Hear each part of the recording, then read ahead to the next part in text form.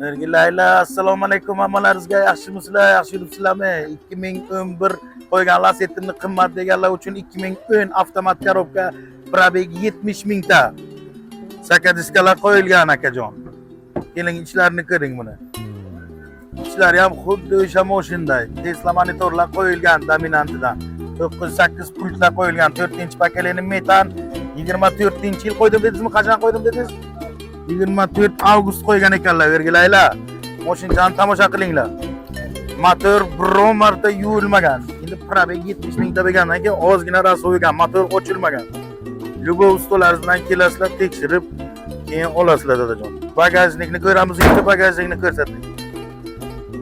Bagajlari ham akkuratniki turibdi, bagajlari ham nimasi zapaskasi bir marta tushirilgan, tamom. Metan yangi qo'yilgan, 24-yil avgust oyiga qo'ygan ekanlar metan.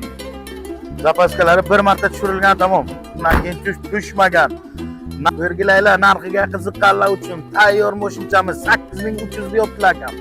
Ustiga kesalaringiz agar yana bir nima barakasiga o'tib beraladi dadajon. Mashincha ikkinchi qo'yil bu kishi, birinchi qo'yilani bu Sulsher jahondan olgan ekanlar. Kal bo'lsa ishlab chiqaradigan Sulsher jahondan olgan ekanlar, otalari mingan ekanlar Sulsher jahon.